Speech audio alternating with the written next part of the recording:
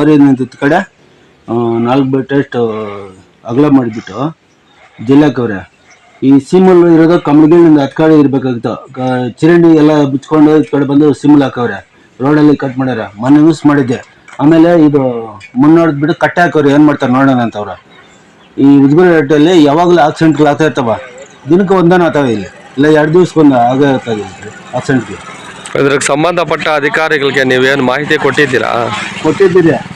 ಅವ್ರೀಗ ತೆಗಿತೀರಿ, ಅಗ ತೆಗಿಸ್ತೀರಿ ಅಂತ ಮಾತು ಹೇಳ್ಕೊಂಡೆ ಕಾಲ ಆಗ್ತಾವ್ರೆ.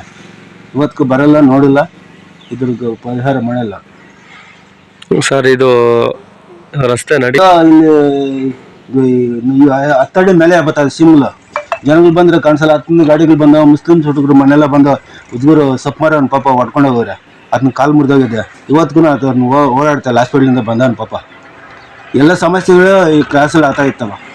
ಈ ಸಮಸ್ಯೆಗೆಲ್ಲ ಕಾರಣ ಇಲ್ಲಿ ರೋಡ್ ಅಗಲೀಕರಣ ಇಲ್ಲ, ಮತ್ತೆ ಒತ್ತುವರಿ ಮಾಡಿದ್ರು.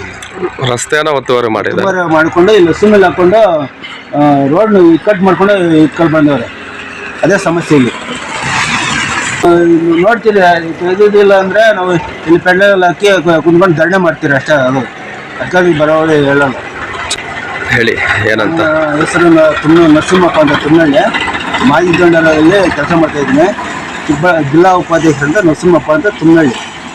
ಇಲ್ಲ ಹೇಳೋದೇನೆಂದರೆ, ನಮ್ಮ MLA ಸಾಹೇಬ್ ರವಿ ಸಾರು ಅವ್ರು ಬಂದು ಇಲ್ಲಿ ನೋಡಿ ಇದು ತಿರುವು ಮಾಡಿ ಅಂತ ಹೇಳೋ ನಾನು ಬೇಡ್ಕೊತಾ ಇದ್ದೀನಿ. ರೋಡ್ ಅಗಲೀಕರಣ ಇರೋದ್ರ ಪಕ್ಷ ಮಧ್ಯೆ ನಾವು ಇಲ್ಲಿ ಬರೋ ಆಕ್ಸಿಡೆಂಟ್ಗಳು ಅಳಿವು ಆಗ್ತಾ ಇರೋದು ಸಮಸ್ಯೆನೇ. ಸಿಮುಲ್ಲು ರೋಡ್ಗೆ ಹಚ್ಕೊಂಡು ಆಗ್ತಾವ್ರೆ. ಅದ್ರಿಂದಲೇ ಸಮಸ್ಯೆ ಇಲ್ಲಿ. ಸರ್, ನಿಮ್ಮ ಹೆಸರೇನು, ಏನು ಸಮಸ್ಯೆ ಅಂತ ಹೇಳ್ತೀರಾ ಸ್ವಲ್ಪ?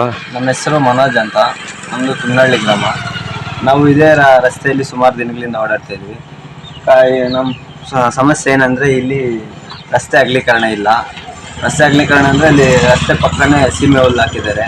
ಅದರಿಂದ ಆ ಕಡೆ ಈ ಕಡೆ ಬರೋ ವಾಹನಗಳಿಗೆ ಕಾಣಿಸೋದಿಲ್ಲ. ಅದಕ್ಕೆ ಸುಮಾರು ಸಲ ಇಲ್ಲಿ ಅಪಘಾತ ಉಂಟಾಗಿದೆ. ಅದಕ್ಕೆ ಇದು ನಮ್ಮ ಸಮಸ್ಯೆ ಆಗಿದೆ. ಮತ್ತು ರಸ್ತೆ ಅಗಲೀಕರಣ ಮಾಡಿದ್ರೆ ಎಲ್ಲ ಸಮಸ್ಯೆ ಕ್ಲಿಯರ್ ಆಗುತ್ತೆ. ಅಪಘಾತ ಸ್ವಲ್ಪ ಕಮ್ಮಿ ಆಗ್ಬೋದು. ಏನಾಗ್ತಾ ಇತ್ತು ಇಷ್ಟು ದಿವಸ ಇಲ್ಲಿ? ಯಾಕೆ ಇವಾಗ ಇಲ್ಲಿ ಆಕ್ಸಿಡೆಂಟ್ಗಳಾಗ್ತಾ ಇದೆ ಅಂತ ಹೇಳ್ತೀರಾ? ಆಕ್ಸಿಡೆಂಟ್ಗಳಾಗ್ತಿದೆ. ಆ ಸೀಮೆ ಹುಲ್ಲು ತೆಗಿಸ್ಬೇಕು. ಇನ್ನು ರೋಡ್ ಸ್ವಲ್ಪ ಇನ್ನೂ ಅಗಲ ಮಾಡಬೇಕು. ಆ ಕಡೆಯಿಂದ ಬರೋ ಗಾಡಿ ಈ ಕಡೆಯಿಂದ ಬರೋ ಗಾಡಿ ಕಾಣಿಸಲ್ಲ. ಅದು ಸೀಮೆ ಹುಲ್ಲು ಅಲ್ಲಾದ್ರೆ ಅಲ್ಲಿ ಅಪಘಾತ ಆದರೆ ಯಾರು ಜವಾಬ್ದಾರಿ? ಬಾರ್ದವ್ರು ಇರ್ತಾರ ಜವಾಬ್ದಾರಿ. ಅವ್ರೇನು ಇರ್ತಾರೆ? ಮನೆಯಲ್ಲಿ ಇರ್ತಾರೆ.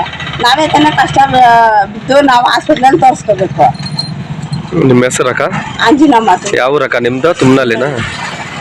ಸರಿ.